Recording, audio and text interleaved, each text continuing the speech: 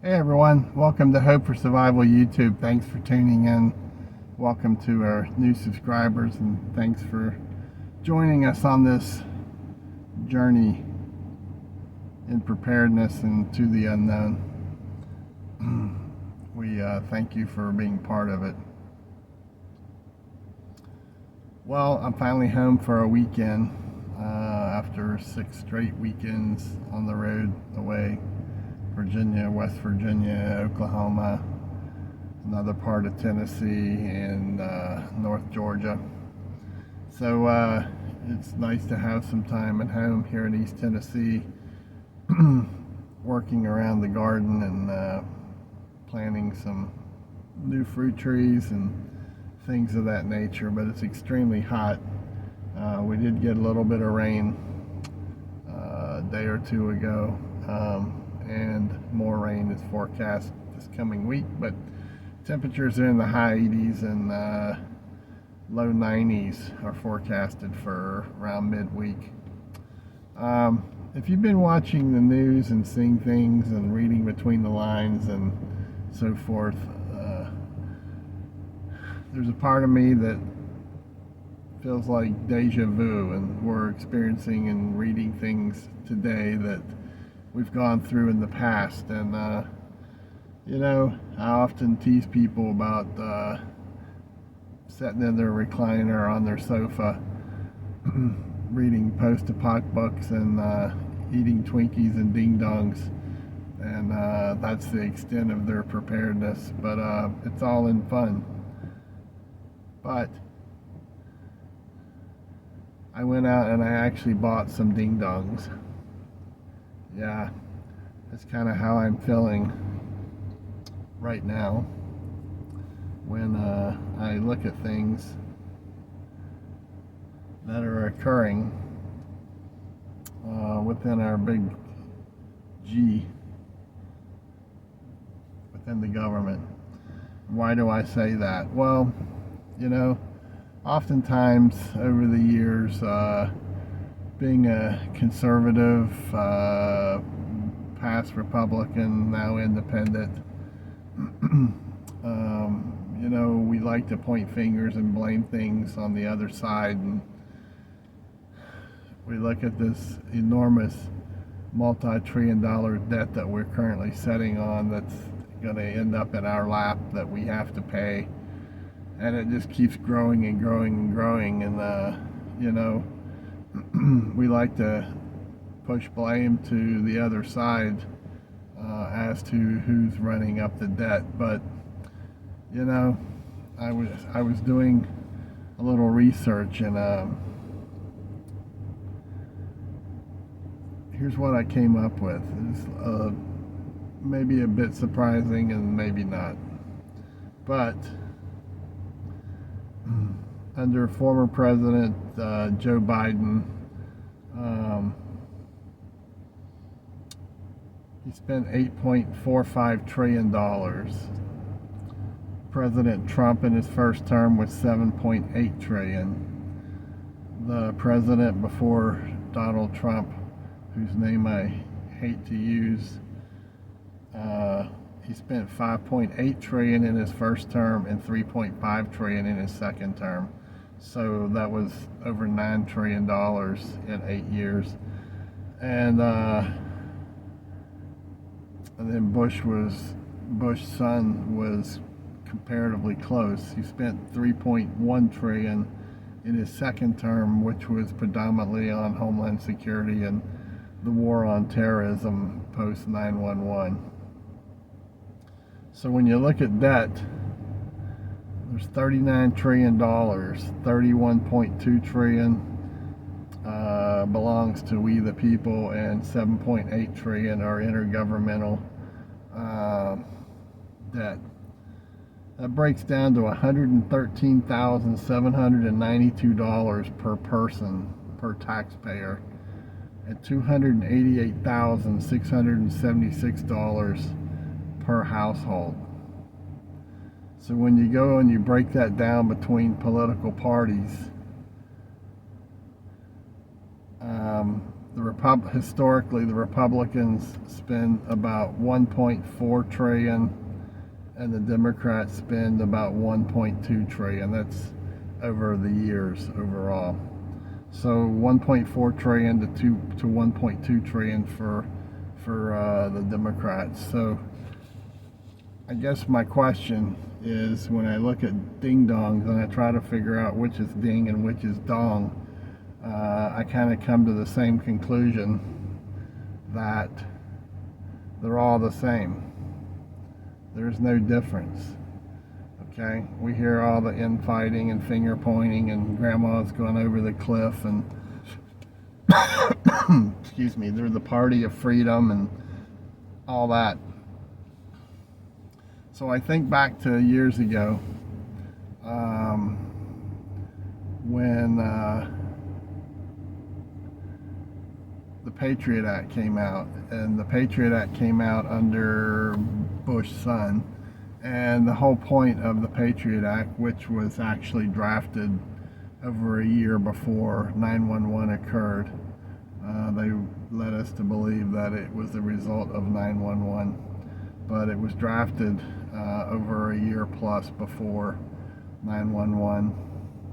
But the whole point of the Patriot Act was to protect America, and that Homeland Security was established. And the wording throughout the Patriot Act was protecting the nation from threats, and it was predominantly individuals who come from a part of the world who their primary mode of transportation is depicted as riding camels, which is relatively false in ways, but historically, yeah. But then that president rotated out, and the Patriot Act was redrafted, and instead of targeting foreigners, it was targeting in many cases right-wing white Christian military veterans. Okay, and so it was looking more domesticated. So until recently, as far as I know, because I don't sit and read it every year when it's signed, but a lot of the government documents and documentation is changing, and under the current administration, which you would think is right-wing, conservative, we the people, freedom, American loving, and so forth. But a couple of months ago I mentioned how there was a huge division between the MAGA movement, M-A-G-A movement, and a lot of folks threw ding-dongs at me because they thought I was off my rocker, but it was happening, and it's still happening now, and there's a lot of people with a lot of power through their microphones and their podcast who have turned on the current administration for going back on their promises that they campaigned on this term, one being staying out of wars and sending aid to foreign countries before America's needs were financed to rebuild bridges and roads and so on and so forth. So most recently, the U.S. counterterrorism strategy was redrafted, and it now basically is going after anyone that poses a threat to America, and the current leader has even said that the government will hunt you down and kill you. Okay, and they use the word that starts with a T and ends in ism. I'm sorry to be speaking around these words, but a lot of these will get you flagged on this platform. But certain speech could be deemed incitement of violence. All right. Now, the first thing that comes to my mind is, what happened to bring to justice all of the agitators from Portland, Seattle, and Minnesota a few years back during the current president's first term when they were burning down cities. So anyway, and as a follow-on, there is a House Resolution 1239 that is going through the process right now, and it basically is condemning podcasters who voice a First Amendment right and speak against MAGA or criticize our number one ally. You can be put under investigation and worse for these actions. All right. So when I think about all these things and I look around at how America is becoming a surveillance state, for the name of freedom and security of the homeland, what's happening to the rights of the American people. And it's easy to say, well, if you don't break the law, you're not committing a crime and you'll be okay. Well, it's not the point. It's like anything else in life. If you give up a little bit, they'll take a lot, and it'll never return to what it was. And they're deploying these camera systems basically all over the United States, from small towns up to large cities, where all your movements tracked. Is tied into facial recognition, your license plate number, and so forth. And a lot of it makes me think from a faith perspective of how bad the evil of man, the heart of man, has turned so evil to pursue and put all these things into place to where not only cameras and license plates, but facial recognition, credit cards, your cars, even to the point your clothing, all these things are going to be tracked. They're already being tracked, and as the technology advances, it's becoming more and more a surveillance state. And about 10 or so years ago, Festus and I when we were researching all these things way back then. That's why most of this is not a surprise today, because we heard about the technology that was being developed years ago. But we heard about this stuff 10 or so years ago while listening to a telecommunication conference that was happening in Barcelona, Spain. And some podcasters that we followed were attending this conference for a week, and we heard about all these things, and how there eventually would be millions of mini drones flying all over the skies that could track anything and everything from smart appliances to smartphones to smart television.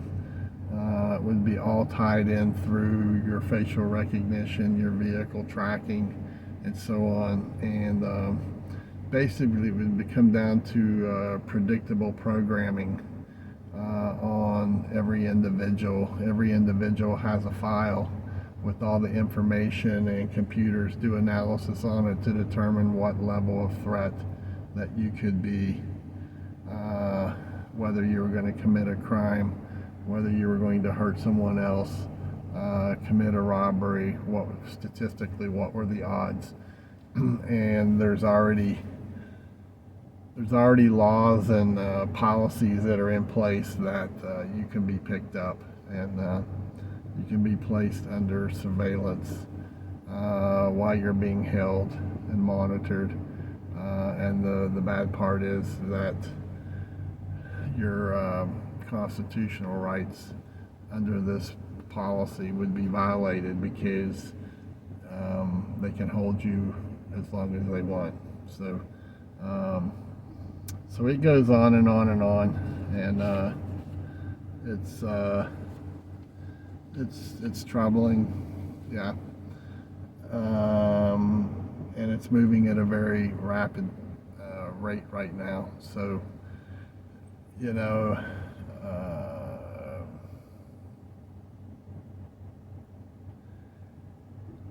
how you go about it is going to be up to each individual. You know, there's lawsuits that are ongoing right now in state courts that will probably end up in the federal system, and usually they're prolonged and they're super expensive, and unless the backing who's doing the suing has a lot of money, they're going to lose the case. So, and in many states they have passed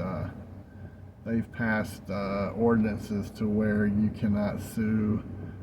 For example, where they're putting in 5G towers, and can't sue over eminent domain for property and so forth. So anyway, like I said, which is ding and which is dong. It's all the same. They're all the same, and no matter what makeup they wear out each day, it kind of leaves a tax-paying veteran like many of you with the feeling that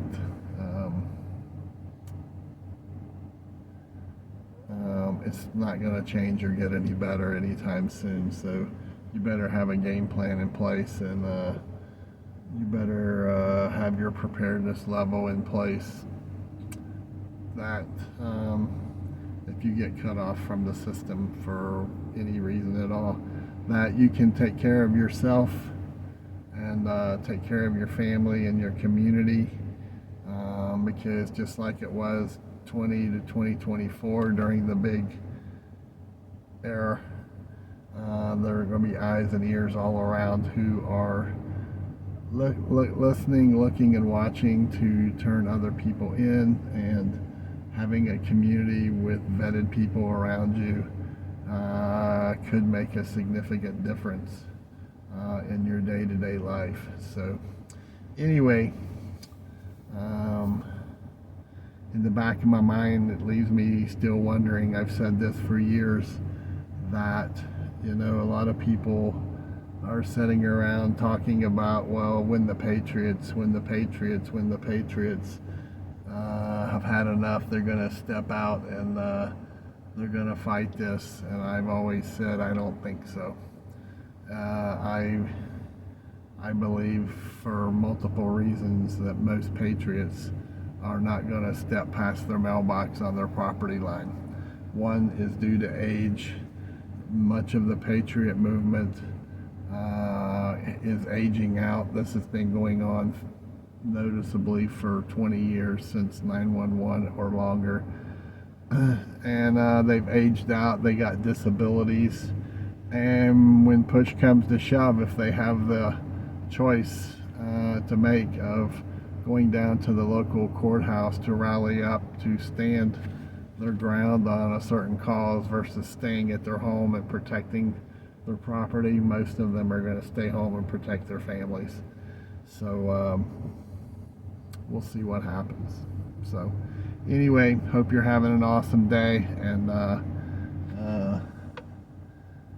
unlike here where I'm at, where it's 80 some degrees, hopefully your ding dongs didn't melt, and you can enjoy them.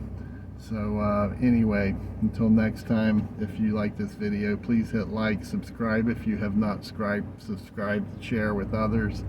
Again, thanks for all the newcomers. We're happy to have you aboard, and I'll try to post a video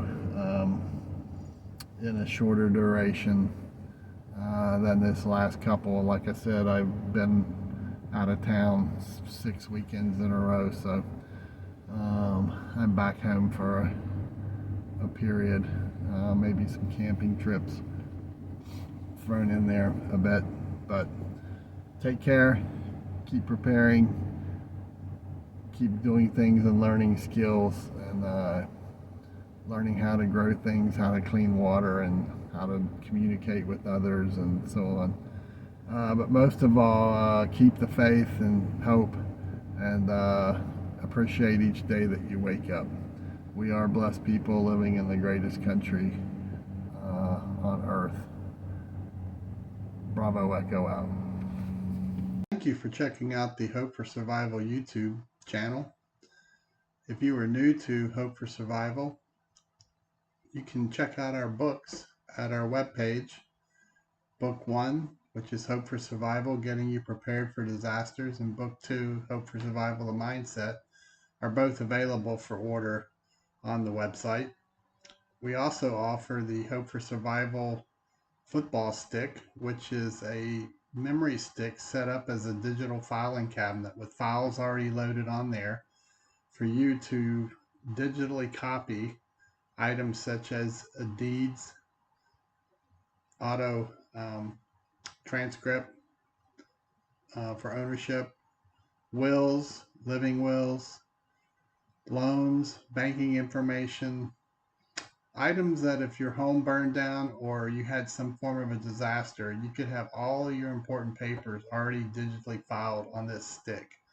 All you do is simply drag the digital file into the appropriate preset folder so that you'll have it in the event of a disaster. You have to flee your home in a hurry, or also if you're away from home and you need critical information that's personal. If you have your memory stick with you, you can put it in your computer and pull that information up wherever you may be. Again, you can find these items to order at our website, https www.hopeforsurvival.com, or you can email me at preparedness101@protonmail.com, and I will try to help you out. Again, thanks for checking out the Hope for Survival YouTube channel. Hope to see you again.